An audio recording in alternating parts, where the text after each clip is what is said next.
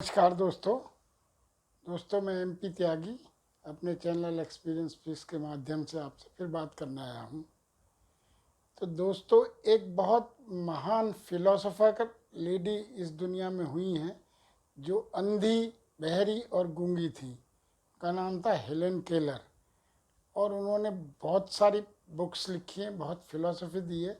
उनकी किताब के पहले पन्ने पर ये लिखा है कि कई बार हम बंद दरवाजे को इतनी देर तक देखते रहते हैं कि खुले दरवाजे का हमें एहसास ही नहीं होता। तो हम सभी के साथ जीवन में अक्सर ऐसा होता है। एक बता दूं आपको, यही लेडी हैं जिन पर कई फिल्में हॉलीवुड में बनी और एक इंडियन फिल्म बड़ी मशहूर हुई जिसका नाम था ब्लैक, और जिसमें हमारे सदी के नायक, महानायक श्री अमिताभ बच्चन जी ने एक्टिंग की थी। आप में से काफ़ी लोगों ने देखी होगी, आर्टिस्टिक फिल्म है।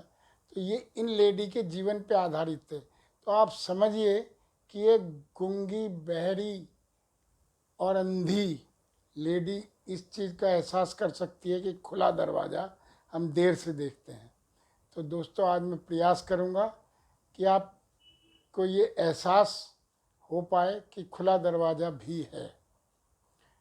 तो दोस्तों, ऐसा है कि मेरे बहुत से सब्सक्राइबर्स ने भी मुझसे पूछा, और मैं जहाँ पर कंसल्टेंसी और एडवाइज़री रोल करता हूँ, उन्होंने भी मुझसे ये पूछा कि अब कुछ गैप के बाद, लॉकडाउन में बंद रहने के बाद, अब हम दोबारा से अपना बिजनेस या इंडस्ट्री खोलें, तो आपका लंबे अनुभव के हिसाब से हमें कुछ मार्गदर्शन कीजिए कि हमें क्या क्या करना चाहिए। तो मैंने इस पर विचार कर उनको एक प्रेजेंटेशन तैयार किया, पावर पॉइंट प्रेजेंटेशन, और उसके द्वारा समझाया, जो उनको बहुत अच्छा लगा और उस पर वो अमल भी कर रहे हैं काफ़ी लोग। लेकिन मुझे ये भी एहसास साथ में हुआ कि मेरे व्यूअर्स को भी ये अवश्य जानना चाहिए। तो उसका बहुत कंडेंस्ड वर्जन प्रेजेंटेशन का मैं आपको यहाँ पर उसके द्वारा ये चीज़ समझाऊंगा। एक और आगे बढ़ने से पहले मैं ये थोड़ी सी भूमिका दे दूं कि मुझे 40 वर्ष का कॉरपोरेट वर्ल्ड का एक्सपीरियंस है, जिसमें अधिकतर मैंने बिग कॉरपोरेट हाउसेस के साथ काम किया है और लास्ट में एक एमएनसी के साथ भी काम किया है। पर मैंने छोटे बिजनेसेस और इंडस्ट्रीज़ को भी बहुत नज़दीक से देखा है, कंसल्टेंसी और एडवाइजरी रोल करते हुए। तो बड़ा हो इंडस्ट्री या छोटा हो, दोनों में कुछ प्लस पॉइंट होते हैं, कुछ माइनस पॉइंट होते हैं। तो आज मैं यही बात आपको ये समझाना चाह रहा हूँ प्रेजेंटेशन या टॉक के द्वारा, कि जो प्लस पॉइंट हैं दोनों साइड के वो लीजिए। और ये समय है जब आप अपने बिजनेस को लगभग कोशिश कीजिए किस तरह से आप उसे रीमॉडल कर सकते हैं और कैसे अपॉर्चुनिटीज़ को टैप कर सकते हैं, और अब आप दोबारा शुरू होने से पहले उसको और एक ऊंची उड़ान उड़ने के लिए तैयार कर लीजिए। तो ये मैं आपको प्रेजेंटेशन अपने लैपटॉप पे समझाऊंगा।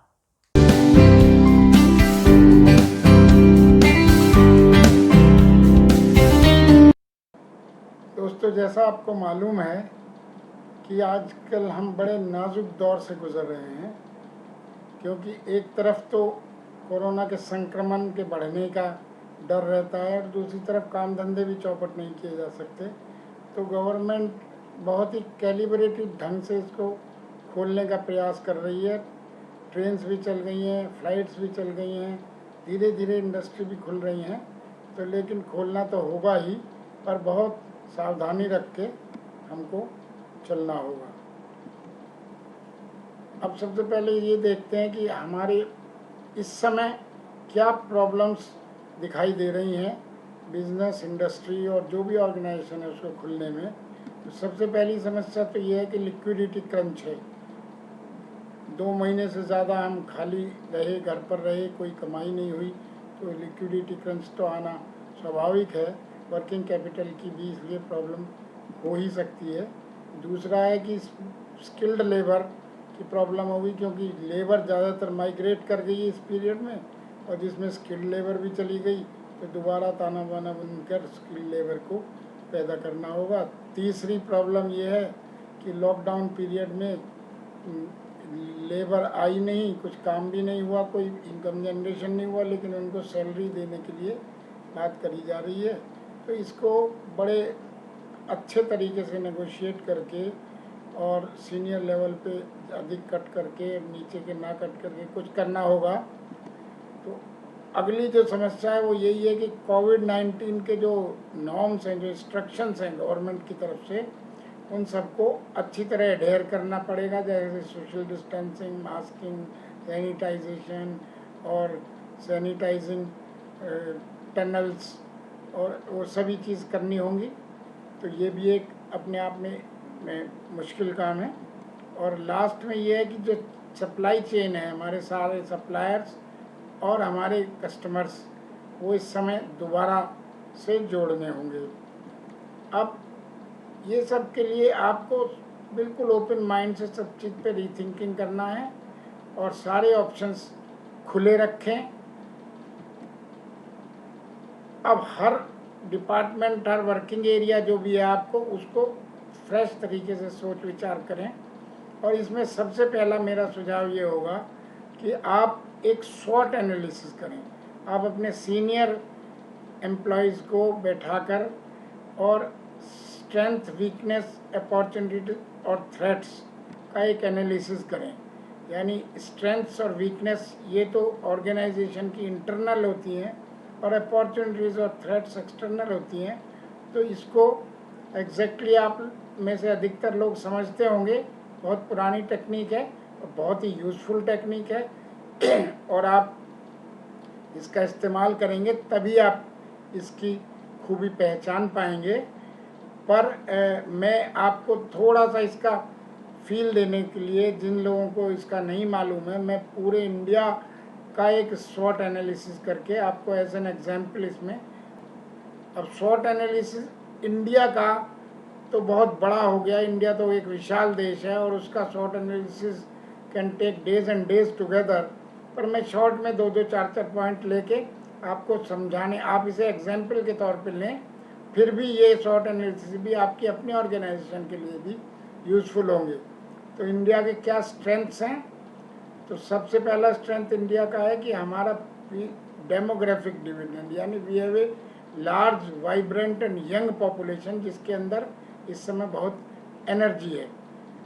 दूसरा हमारा जो स्ट्रेंथ है वो ये है कि हमारी लेबर कॉस्ट बहुत कम है। इनफैक्ट आज भी वो चाइना से 1/3 लेबर कॉस्ट है इंडिया की।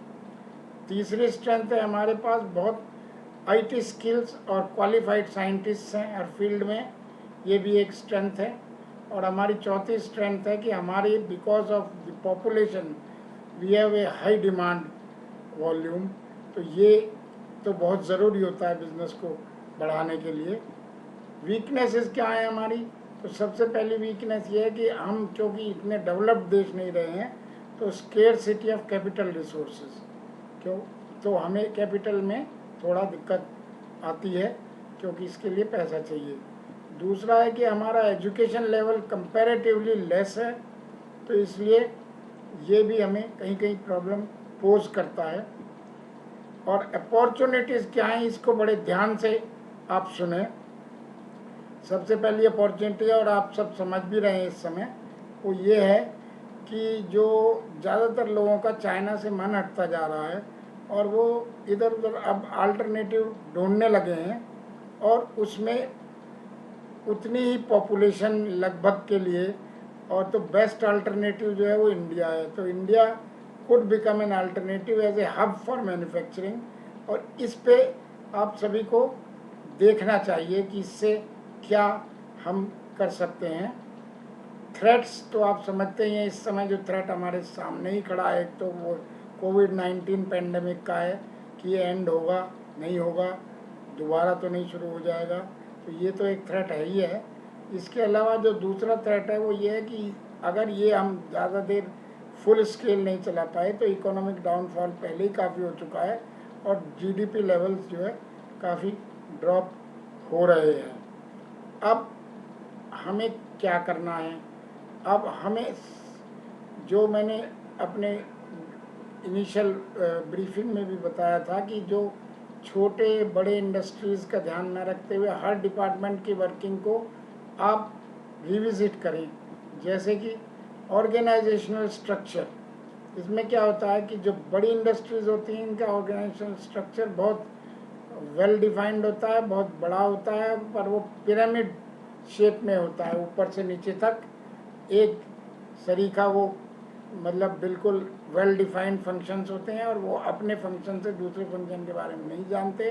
जबकि स्मॉलर ऑर्गेनाइजेशंस का जो ऑर्गेनाइजेशनल स्ट्रक्चर है वो ब्रिक लेयर की तरह होता है, बड़ा क्लियर होता है, सब एक दूसरे को जानते हैं और सब पहचानते हैं और ऊपर एक टॉप पे एक ब्रिक होती है बस। तो इन दोनों को ध्यान में रखते हुए यदि आप आज की तारीख में छोटे ऑर्गेनाइजेशन स्ट्रक्चर से काम चल सके तो वो करना चाहिए। दूसरा है सिस्टम्स एंड प्रोसेसेस। नाउ इस समय ये टाइम बहुत अच्छा है, जब आप एक बार रुक के दोबारा चल रहे हैं तो अपने सिस्टम्स एंड प्रोसेसेस को ज़रूर देख लें। और बड़ी जो ऑर्गेनाइजेशंस होती हैं उनमें बहुत well defined systems and processes होते हैं, स्टैंडर्ड ऑपरेटिंग प्रोसीजर्स होते हैं। छोटी में ऐसा सब नहीं होता, लेकिन वो भी सब कुछ समझते हैं। तो but this is high time when small organisations should make as best systems as possible, और वो भी टेक्नोलॉजिकली और IT ड्रिवन सिस्टम्स लगाने चाहिए, तभी आपकी बहुत ग्रोथ आगे अधिक होगी। इसी तरह HR प्रोसेसेस, ये दोनों बहुत डिफरेंट होते हैं। बड़ी ऑर्गेनाइजेशन में HR प्रोसेसेस बहुत वेल डिफाइंड होते हैं। उसमें क्या होता है कि they work more for people development, training courses ज़्यादा होते हैं। छोटी ऑर्गेनाइजेशन में IR और फायर फाइटिंग के लिए ज़्यादा होता है डिपार्टमेंट, मगर दोनों को प्रोस एंड कॉन्स देख के आप उस तरह का डिपार्टमेंट बनाएं जो ऑप्टिमम हो। और मैन पावर प्लानिंग एक काम, जो भी HR का भी एक काम है, ये मैन पावर प्लानिंग आपको इस समय ज़रूर करनी चाहिए और ये अपने आप में एक सब्जेक्ट है। इसके लिए यदि कोई कंसल्टेंट भी हायर करना हो तो आप करिए, मगर मैन पावर बिल्कुल ऑप्टिमम रखिए, लीन बनाइए, लीन मैनेजमेंट जिसको कहते हैं कंपनी को, तब वो ज़्यादा अच्छी चल पाएगी। क्योंकि ये रोज़ रोज़ अपॉर्चुनिटी नहीं आती हैं कि एक बार रुकने के बाद दोबारा चले, तो अब वो सब अपॉर्चुनिटीज़ हैं आगे। दूसरा, इसी पीरियड में काफ़ी पॉपुलर हुआ एक वर्क फ्रॉम होम, कि लोगों ने सोचा कि काम घर से भी किया जा सकता है और काफ़ी अच्छा हुआ ये। इसको भी आप एक्सप्लोर करके चलिए और देखिए कितनी मैन पावर है जो काफ़ी समय घर से काम कर सकती है, काफ़ी वहाँ से कर सकती है। इसको पूरा एक्सप्लोर करिए आप, और विदेशों के मॉडल भी देख लीजिए, वो भी इसका काफ़ी यूज़ करते हैं। और लास्ट चीज़ जो मैं बताऊंगा वो ये है कि you should always have a high respect for time. ये बड़ी इंडस्ट्रीज़ में तो एक एक मिनट का काउंटिंग होता है, एंड स्पेशली MNCs में टाइम की रिस्पेक्ट बहुत ज़्यादा होती है।